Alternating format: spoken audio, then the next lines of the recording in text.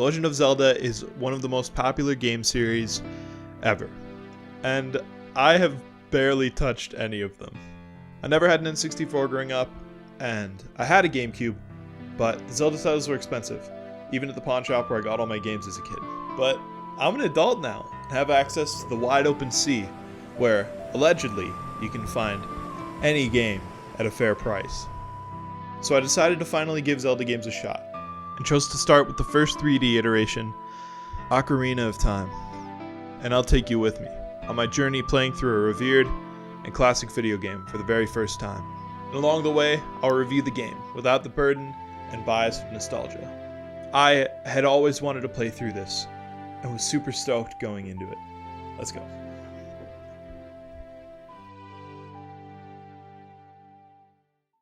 My adventure started the same as all others fortunate enough to have booted up and played this sweet cartridge, or disc, or even ROM, as a sleepy boy living in the Kokiri forest, on the day he is greeted by a clumsy tutorial fairy. The first thing that grabbed my attention from the start was the music.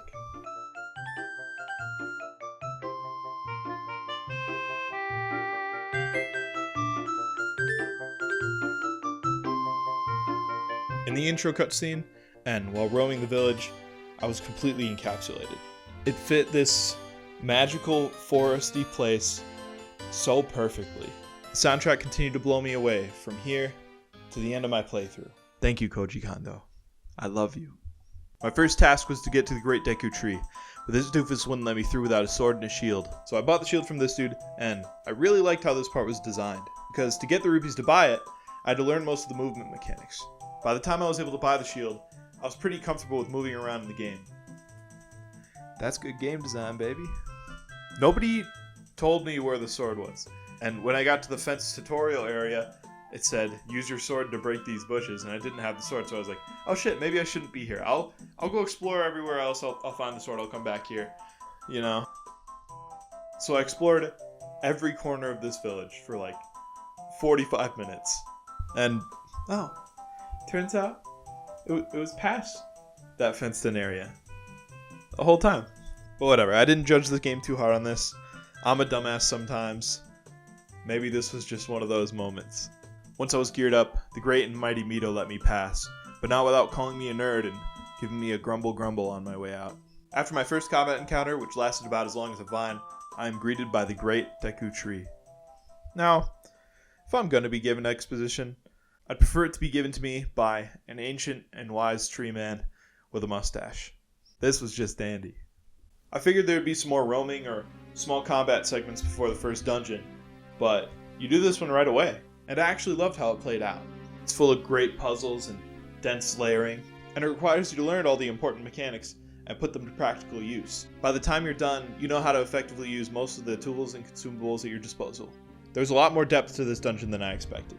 You even fight a boss right away. The game just throws you right in, and it's sick. I just wish the boss had a health bar. Leaving the village, I was surprised to find a big open area. Hyrule Field is sick, and it's a great hub between zones. I didn't even know you could fit something so cool on an N64 cartridge, but here we are. Castletown had a ton of fun NPCs and shops, but I pressed on to Zelda's castle. So there's this part where you end up having to sneak in, and avoiding the guards wasn't very hard, but I'm glad I played this as an adult, because I was a really dumb kid, and I was very bad at stealth missions in games, and I know that this one would have frustrated me as a kid. I still have hard feelings for the Hobbit game for this exact reason. But after all the sneaking and non-violent wandering, I was excited to get back to the action on Death Mountain. That only lasted for a few minutes though, and then it was back to puzzles and explorative problem solving. Don't get me wrong though, puzzles can be great. There's a lot of great ones in this game, but I fucking hated this area. It might be that I missed some clue or something, but most of my time here was aimless, and it took me an ugly amount of time to figure out what to do here. But like, how was I supposed to know that to progress, I needed to just like wander the Lost Woods until I found the song to get this guy to boogie down? I did eventually find a way though. At this point, I decided that from then on, if I went more than an hour with zero progress, just wandering around, lost, not knowing what to do, I was just gonna bite the bullet and look at a guide. Also, something I noticed while fighting this werewolf guy in the beginning of the meadows. I'm really not a big fan of the lock-on system in this game. But I'm pretty sure that's only because I'm used to more polished, modern versions of it, like Dark Souls or The Hobbit. I died for the very first time in this maze, and so ended up just rolling through it so I wouldn't have to deal with the turret guys. I ended up going back to the rock area and got sent on a quest to fight some monsters in some rock area to get the yummy rocks, because these guys eat rocks and they only like certain rocks, and they need those good rocks, you know. But before leaving for that adventure, I decided to try to get this bomb into this pot, which I looked it up later, and you can do it, but I couldn't. I couldn't do it. Which is a little embarrassing, but if we all balled like Michael Jordan, then Michael Jordan wouldn't be so special anymore. So maybe it's okay. Stop it. Get some help. I progressed to the Dodongo's Cavern. I like this dungeon a decent bit. It's more of the same until you get the bomb bags, which was a pretty big improvement for picking up those flowers and trying to time them. My favorite riddle/puzzle so far was also the red-eyed dragon, where you drop a bomb in each eye to open up the mouth and progress into the next area. I thought that was sick. My next move was making my way to the top of Death Mountain. I went the wrong way and died a bunch. Super hot fire! It took me a while to find Zora's domain, but I didn't mind. I had a pretty good time just exploring and revisiting areas I'd already been to with my cool new bomb bag. I did get stuck in Zora's domain for a while though, because I didn't realize that you had to play the mini game to get the upgrade so you could dive deep enough to go to the next area. You know, thank goodness for walkthroughs, as well as, you know, my late night text to some good friends who had already played this game with like the, dude, what the fuck? Where do I go? I'm so lost. What do I do? The game also made me laugh out loud for the very first time when the Frog King is like scooting over to let you through in this unskippable cutscene. I loved that. Shortly after, I was sucked up by a big fish called Jabu-Jabu. I think this dungeon could have been really cool if it weren't for the escort parts we had to carry around the fish princess, and if you drop her or set her down or accidentally go through a door with her right behind you, then she teleports all the way to this very specific spot that you have to return to. That was pretty lame. Whatever. I also didn't like the very frustrating targeting system while trying to hit these tentacles. Fighting the first boss was also really annoying. I spent a lot of time just trying to chase him down, and I didn't realize that the most efficient way to kill him was actually just tank a hit and then stun him right when he's walking away from you. The second boss was way cooler though. I like this guy. After killing the lightning tumor, I was proposed to. Whoever wrote this game is insane. I never thought I'd say that sentence in my life. I went back to the castle to turn in my cool new rock collection and came across this. And I was like, oh shit, cool. This is Link's nightmare from the beginning of the game. I was like, okay, it's coming full circle. This is really cool. I think my favorite example of this being done much, much later was Uncharted 2 when you're on the train. Also, a lot of people played this game when they were 8 years old, but when I was 8, I was playing Bard's Tale, which is a parody of fantasy RPGs and games like this. And it was here that I realized that the opening to that game is a direct reference to the opening of this game and this specific part. And you know, I knew this game was influential, but I didn't realize until playing it how many of my favorite games were heavily inspired or influenced by this game. This is where shit got real wacky. If you haven't played this game yet and want to experience some of the cool twists and whatnot that I'm about to spoil, now's a good time to click off the video and play it for yourself. If you are one of those people clicking off, have fun, okay? I love you. I then moved on to the Temple of Time. So, I definitely didn't expect the time shift or the world state change, and it really bummed me out. But that's the whole point, of course. You know, seeing the contrast of the world and how it changes during the 7 years that you were trapped in the time cycle, and Ganon, took over. It's a great motivator to make you want to beat that guy, because you've seen how this place should look, and you're seeing it now. Castletown looks like Tristram. The forest town you grew up in is dying, and nobody recognizes you there.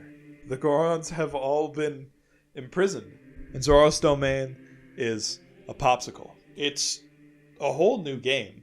The part where you're a kid is this cute, whimsical adventure, and when you grow up, it's a fucking bummer, just like real life.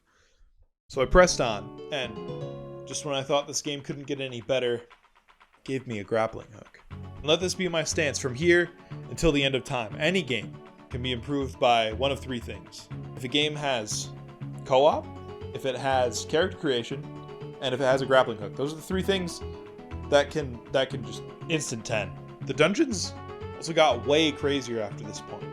I'm not doing a great job at following my timeline for this video, so I'm going to try to be concise with the rest of this, alright? The Shadow Temple was spooky as hell, and it fits the gloomier, darker aesthetic that's adopted once you become adult Link. The Fire Temple was just a better version of Dodongo's Cavern, and I really, really liked this one. The only part about this dungeon that really bothered me was all the spots that you could fall down and lose a lot of progress and have to backtrack. Just not something I like to do. The Spirit Temple was really creative in the way that you go through one side as Kid Link and the other side as Man Link. The Sorcerer Sisters fucking blew though. I did not like that boss. Probably my least favorite in the game. I died to it a lot. The Forest Temple though. The Forest Temple was my favorite. The twisty rooms and getting the bow and the overgrown castle kind of aesthetic. Everything about going through the Forest Temple was sick. And I was just totally lost in it. Except for that part in the beginning, because I didn't realize I had to backtrack all the way to the first room and climb up those vines that I barely noticed because I was more worried about the werewolves right in front of me and the single door to notice that I had to climb up there to get the first key to the dungeon. Didn't realize until about an hour later. That was lame. But seriously, while going through the Forest Temple, it kind of clicked for me. I was like, all right, I get it. I see, why this game is so loved. The Water Temple. Fuck the Water Temple. And, it felt good to kill Ganon twice, kinda. That was a cool little twist, the second phase of the boss. But by the time I was done with this game, I just wanted more. Ocarina of Time is insanely good.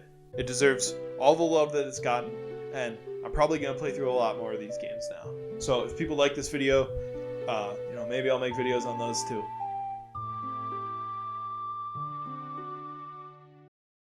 Thank you for watching my stuff. I put a lot of time and effort into these, and it's just cool to see people in the comments just saying shit, whether it's good or bad or nothing at all, like Randy. It's just nice, man.